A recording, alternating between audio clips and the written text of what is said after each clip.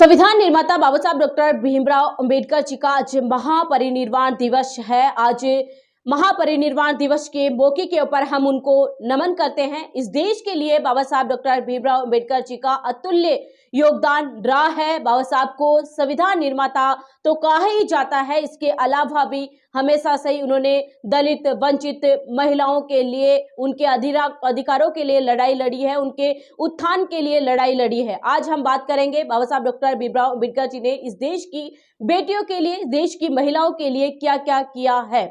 हम उन 10 बड़ी बातों के ऊपर गौर करेंगे जो बाबा साहब डॉक्टर भीमराव अंबेडकर जी ने इस देश की बेटियों को अधिकार दिलाए हैं। सबसे पहले शिक्षा का अधिकार। बाबा साहब डॉक्टर भीमराव अंबेडकर जी ने संविधान के अंदर ये तय किया कि जितनी शिक्षा का अधिकार बेटों को है, उतनी ही शिक्षा का अधिकार महिलाओं को भी है, देश की बेटियों को भी है। बाबा साहब डॉक्टर भीमराव अंबेडकर जी जब आजाद भारत के प्रथम कानून मंत्री बने, उस वक्त महिलाओं के लिए विशेष अधिकारों को लेकर उन्होंने चर्चा की और हिंदू कोड बिल पेश किया। लेकिन जब समाज इतना ज्यादा सक्षम नहीं था, उस हिंदू कोड बिल का उस संसद के अंदर काफी ज्यादा विरोध है वो होता हुआ नजर आए। उस वक्त बाबा साहब डॉक्टर भीमराव अंबेडकर जी ने देश की बेटियों के लिए उस कानून मंत्री के पद को भी त्याग दिया था। उसके अंदर कई ऐसे अधिकार थे। सबसे बड़ा अधिकार था स्त्रियों के लिए तलाक का अधिकार। पहले यह था कि महिलाएं अगर शादी कर लिए तो वो उसके बाद तलाक नहीं ले सकती थी, लेकिन बाबा साहब डॉक्टर भीमराव अंबेडकर जी ने तलाक के अधिकार बेटियों को दिया।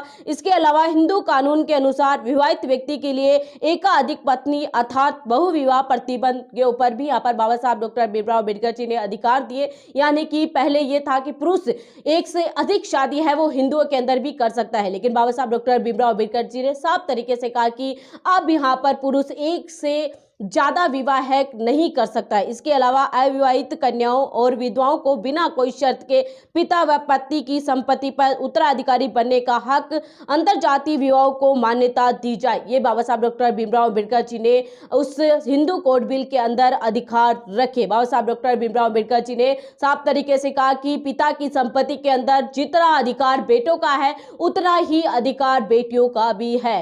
इस हिंदू कोड बिल से पहले संपत्ति के अधिकार के अंदर बेटियों को किसी भी प्रकार से कोई अधिकार है वो नहीं दिया गया था। पिता की संपत्ति, पति की संपत्ति के अंदर पूरा अधिकार बेटों का ही था, लेकिन बाबा साहब ने ये आवाज उठाई।